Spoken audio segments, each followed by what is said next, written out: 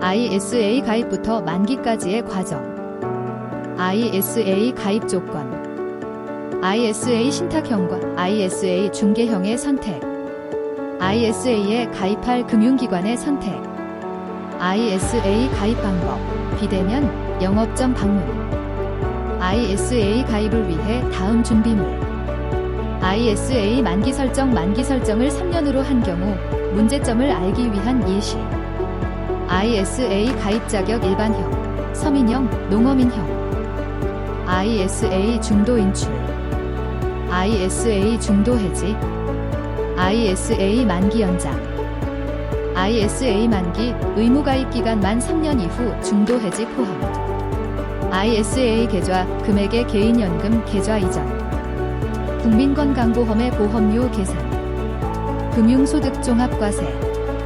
2025년 10월 행복한 금융투자. ISA 만기 설정이 짧은 경우에 주의할 점.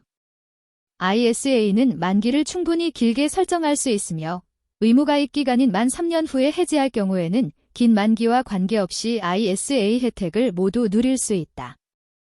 ISA 만기에 따른 업무 처리를 잘못하는 경우에 불이익이 있을 수 있다.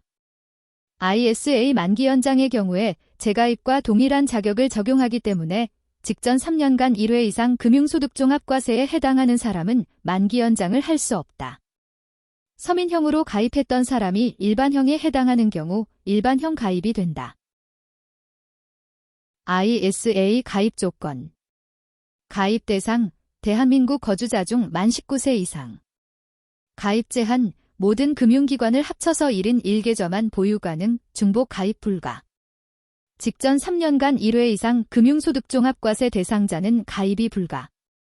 가입 가능 금융기관, 은행, 증권사, 보험사 등. ISA 신탁형과 ISA 중개형의 선택. 주식 투자를 하는 경우에는 증권사에서 ISA 중개형에 가입하면 되고, 예금과 적금을 꼭 운용하고 싶다면 보통 은행에서 ISA 신탁형을 선택한다. ISA에 가입할 금융기관의 선택. ISA 가입 유형을 선택했다면 각 금융기관의 안정성, 편리성, 취급 상품, 수수료 등을 비교해서 선택한다. ISA 가입 방법, 비대면, 영업점 방문. 비대면으로 개설하면 상품권, 입금 이벤트 등과 우대 수수료를 적용한다. ISA 가입을 위해 다음 준비물. 신분증, 주민등록증 또는 운전면허증. 스마트폰, 비대면 가입 시 필요. 공동인증서 또는 본인인증수단, 온라인 가입 시. 소득확인증명서, 서민형, 농어민형 가입 시 필요할 수 있음. 참고, 대다수 은행, 증권사는 모바일 앱에서도 간편하게 가입이 가능하다. ISA 만기 설정. 만기 설정을 3년으로 한 경우 문제점을 알기 위한 예시. 2. ISA 서민형 비과세 한도 400만원. 개설일 2025년 10월 15일. 기본 만기일 2028년 10월 15일. 만기 연장. 만기일 3개월 전부터. 주에 만기 연장은 가능하지만 이때의 서민형에 해당되지 않는 경우에는 일반형으로 전환된다. 직전 3년 중 1회 이상 금융소득종합과세 대상자인 경우에는 만기가 연장되지 않는다. 해지하는 경우에는 ISA 계좌를 개설할 수 없다. ISA 가입 자격 일반형, 서민형, 농어민형. ISA 서민형 자격 조건. 직전 연도 기준 소득 요건이 근로소득자는 총급여 5천만 원 이하, 사업자와 농어민은 종합소득금액 3,800만 원 이하. 서민형에 해당하는 가입자는 가입할 때에 국세청 홈택스에 접속해서 소득확인증명서 개인종합자산관리계좌 가입용을 발급받거나 온라인 가입 시 일반형으로 가입 후에 해당 금융기관이 국세청에서 자료가 제공되는 때에 서민형으로 자동으로 바꿔주지만 바뀌지 않은 경우에는 소득확인증명서를 팩스나 비대면 서류 제출 기능을 이용해서 해당 금융기관에 제출하면 된다. 일반형 가입자가 서민형, 농어민형에 새로 해당되는 때에는 전환 신청을 하면 된다. 가입 또는 중도 변경된 서민형 농어민형은 소득이 증가하여 일반형이 된 때에도 해지나 연장 신청까지 자격이 유지된다. ISA 중도 인출. ISA는 언제라도 원금에 대해서 인출할 수 있다. 단, 인출된 원금만큼 총 납입 한도를 줄여서 출금된 액수만큼 다시 입금할 수는 없다. 수익금은 중도 인출되지 않고 의무납입 기간을 경과한 후에 해지할 경우에는 ISA의 절세 혜택을 모두 적용받을 수 있다. ISA 중도 해지 의무가입 기간 이전. ISA는 중도 인출이 되고 의무가입 기간이 짧아서 거의 중도 해지할 이유는 별로 없다. 의무가입 기간 만료 이전에 중도 해지한 경우에는 ISA 계좌 안에 각 금융상품은 일반 계좌로 각각 가입된 것으로 보고 그동안 세금을 계산하지 않았던 부분을 각 상품이 종료할 때마다 15.4% 원천 징수한다. 이에 따라서 국민건강보험의 보험료나 금융소득종합과세에 영향을 줄 수 있다. ISA 중도 해지는 ISA 신탁형에서 ISA 중개형으로 바꾸거나 거래 금융기관을 바꿀 때에 있을 수 있다. 또한 중도 인출로 인하여 납입금이 줄어들어서 새로 가입할 필요성이 생긴 경우에도 중도 해지하고 새로 가입할 수 있다. ISA 만기 연장.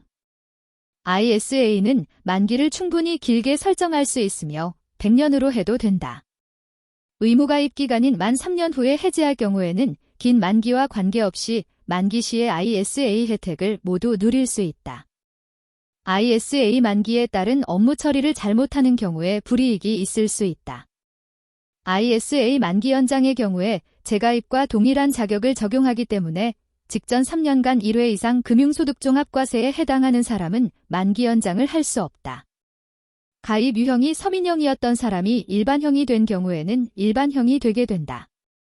ISA 자유만기란 만기를 길게 해두면 의무가입 기간만 3년 이상에 해지하면 그때 만기가 된 것과 동일하게 처리된다고 이해하면 된다.